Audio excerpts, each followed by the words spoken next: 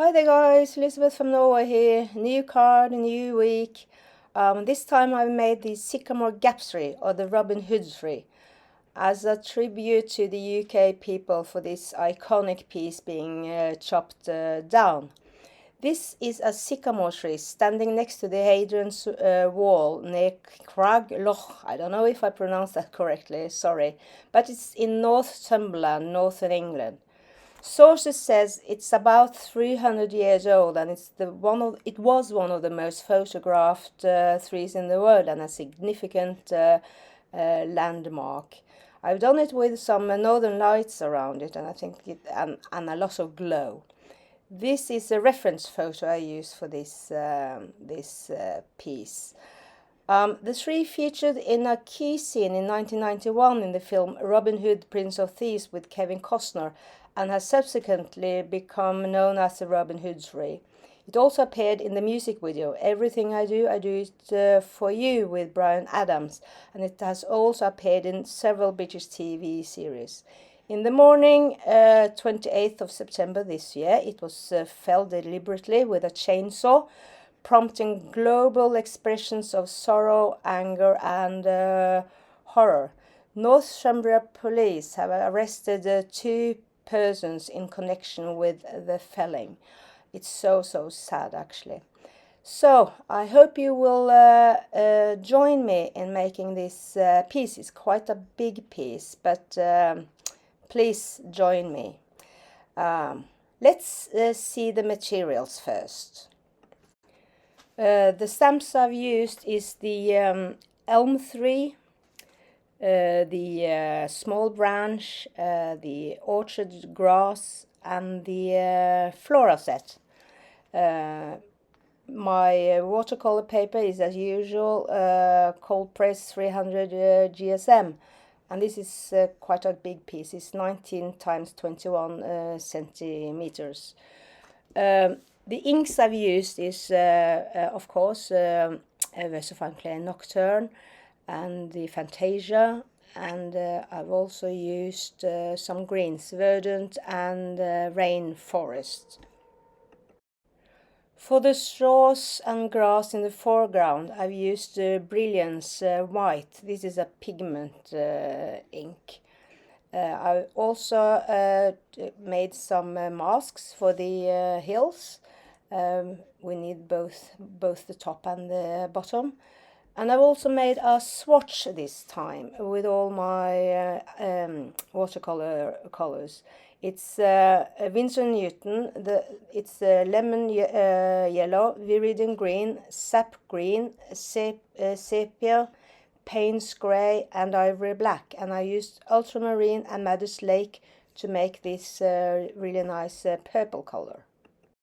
So, I also have a lot of brushes, really broad ones and also some very fine ones.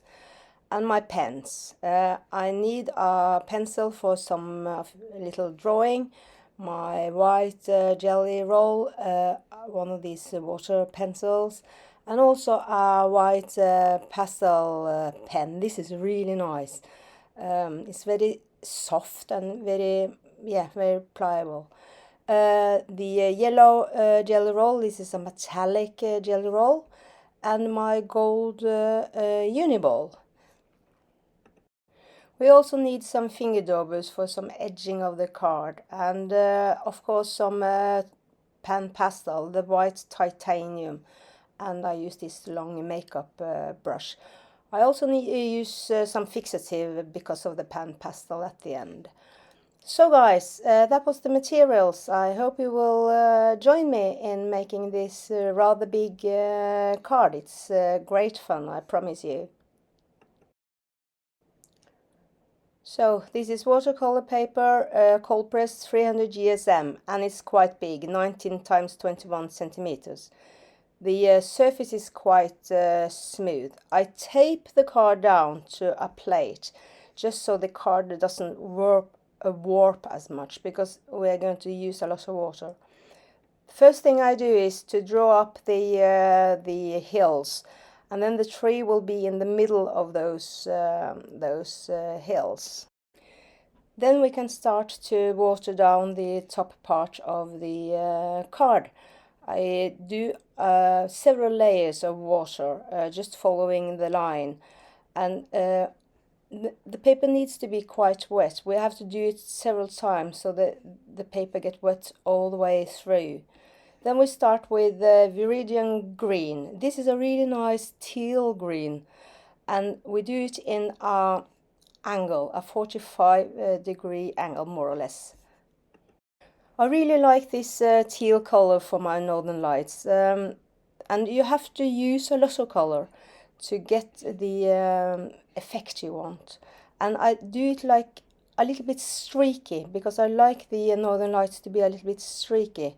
That's me though, but you don't need to do that, but I like to do it like this.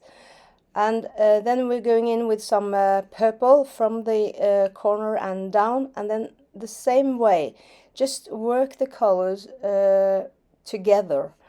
And I do make a lot of streaks, as you can see. It doesn't really look like much now, but it will be really, really nice. But the colors needs a lot of work, actually. My way of making the Northern Lights is a three-layer. Actually, the first layer is wet on wet, and the other ones are wet on dry. And as you can see, I'm working the colors a lot, dunking on a lot of colors actually, because watercolors fade a lot when they dry, and you also need to darken the sky. The purple, bluish purple will be the sky at the end. I also lift up some colors to make some lighter parts in the Northern Lights. So now it's all dry, and we can start the second layer. It's the same thing actually, but this is wet on dry, and using the same colors, starting with the Viridian green, and then doing the purple, bluish purple. I use a lot of color because, as I said, the watercolor fades a lot when it dries, and as you can see, I use this streaky kind of motion to get the effect I want, and and also, as you can see, I darken it a lot on the top where the sky is supposed to be. I kind of flick the brush downwards to get this effect I want. Yeah, it's probably another way to do this, but this is how I do it, and this is how I find that it looks most like the Northern Lights when you're using watercolors. Watercolors work in such a different way than acrylics and oils. So, and I also try to lighten up some parts of it, of the green, so it doesn't look all dark. So now we can dry it off. So all dry now. And then the last layer. It's a very, very thin layer of the yellow, just to lighten up the whole thing. You can see it's really, really runny. You have to dip your brush in clean water and dry it off between the strokes, because otherwise you will drag the colors that is already there. I think the yellow is really a nice touch to the Northern Lights. So now it's all dry. I think it's really, really nice. It looks like the Northern Lights for me though. So now we can start with the bottom part of the card. This is just Paynes Gray, some Ivory black, and some Sepia. Sepia. I don't know how you pronounce that, but it's a dark brown color, earthy color. And I just follow the lines, trying to make it darker in the front, and then yeah, dunking on the colors and working the colors. Now, this is the sepia, and the black, and in the front. You can see I use a lot of color and layer by layer, and also I will add some green as a reflection of the sky. But I think I'm gonna put on some music now, because you don't need to listen to me, and then I will be back later if I need to explain something. Okay, see you later.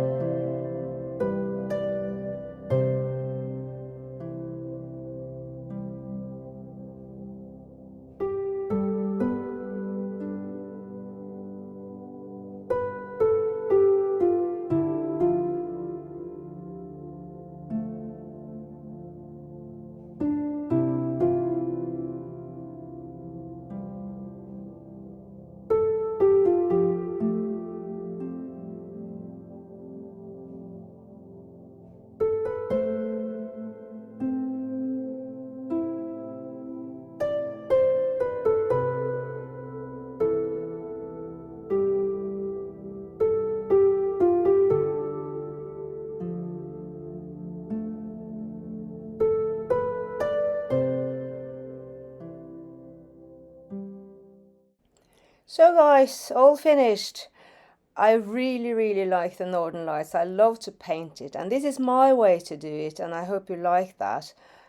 There's several ways to do that in you can find it on YouTube, but I do it this way. I have edged the card with some gold Posca and also matted it with some purple, it's kind of ordinary paper. It's a little bit glossy paper actually, and some black cardstock. I hope you can see the shine on this card. It's from the gold jelly roll, and also partly from my fixative. My fixative is kind of semi-glossy, but I think it makes a really nice touch to the card. So I do hope you will give it a go, and as usual, if I can help you with anything, do not hesitate, send me a PM. So for now guys, bye bye and have a wonderful week, and see you next time, hopefully. Bye!